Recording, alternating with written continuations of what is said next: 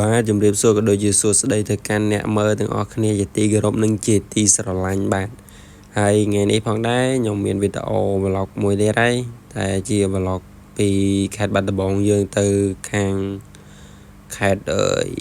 ស្អីគេប៉ោយប៉ែតទៅខាងប៉ោយប៉ែតណាចិត្តថៃហ្នឹងហើយខ្ញុំទៅនេះគឺទៅពីអ្នកចែកហ្នឹងហើយគេថាចែកយើងហ្នឹងមិនចែកណាចែកចែកផុន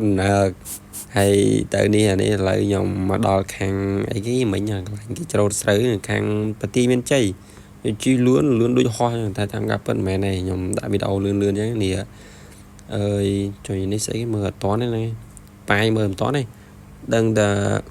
ហួសអីដូចជាកន្លែងហ្នឹងវាមានផ្លូវបែកជាពីរណា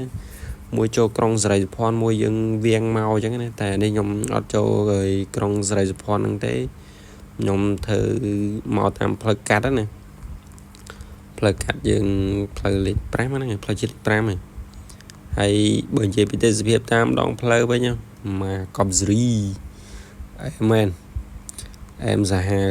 អានេះខ្ញុំថតពីចង្ងាយទៅកន្លែងក្រុងសេរីសុផាន់គេហ្នឹងណា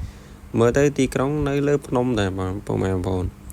នៅលើភ្នំខ្ញុំមិនដែរមកទេទៅមកលើកទី1ហើយនៅតាមផ្លូវវិញអែមមែនអានេះនៅពេលដែលយើងជិះផុតមកណានៅផ្លូវទៅជិតដល់ក្រុងប៉ោយប៉ែតដោយសារគេធ្វើផ្លូវថែមផ្លូវវាតូចពេកអញ្ចឹងគេបរិចផ្លូវថែមទៅវារាំងស្ទះបន្តិចដូចកាលយើងធ្វើផ្លូវជាតិលេខ5ពីបាត់ដំបងទៅខាងម៉ោងទៅខាងស្វាយដូនកែវខាងពោធិ៍សាត់អីហើយនេះមិនដឹងថាវងមូលអីគេទេព្រោះអីអត់ឃើញមានអីចឹងវងមូលប្រហែលជាវងមូលស្មាក៏ដែរជាលេបងប្អូនហ្នឹងហើยวងមូលនេះខ្ញុំអត់គេហៅវងមូលអីដែរព្រោះទៅមកលើកទី1ហើយកន្លែងនេះផ្លូវចូលទៅហ្នឹងវាហាងលាក់បន្តិចតែបន្តិចហ្នឹងទេអានេះខ្ញុំមកដល់ខាងហើយនេះខ្ញុំមកដល់ក្រុងប៉ោយប៉ែតហ្នឹងហើយក្នុងក្រុងវារាំងស្ទះតិចដែរអញ្ចឹងណាវាមិនស្ទះខ្លាំងណាស់ទេហើយនេះសួនអីគេទេខ្ញុំមើលអត់តាន់បាទហើយនេះគឺជា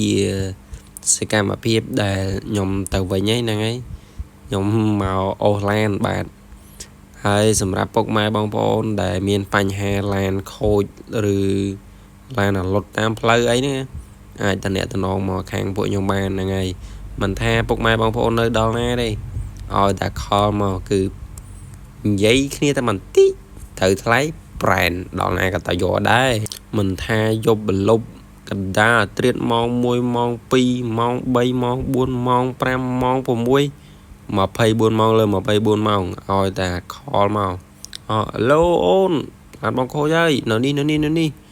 តែ location មកនិយាយគ្នាបន្តិចខ្ញុំចេញទៅតែម្ដងហើយបាច់ភ័យឯសេវាមិនថ្លៃទេ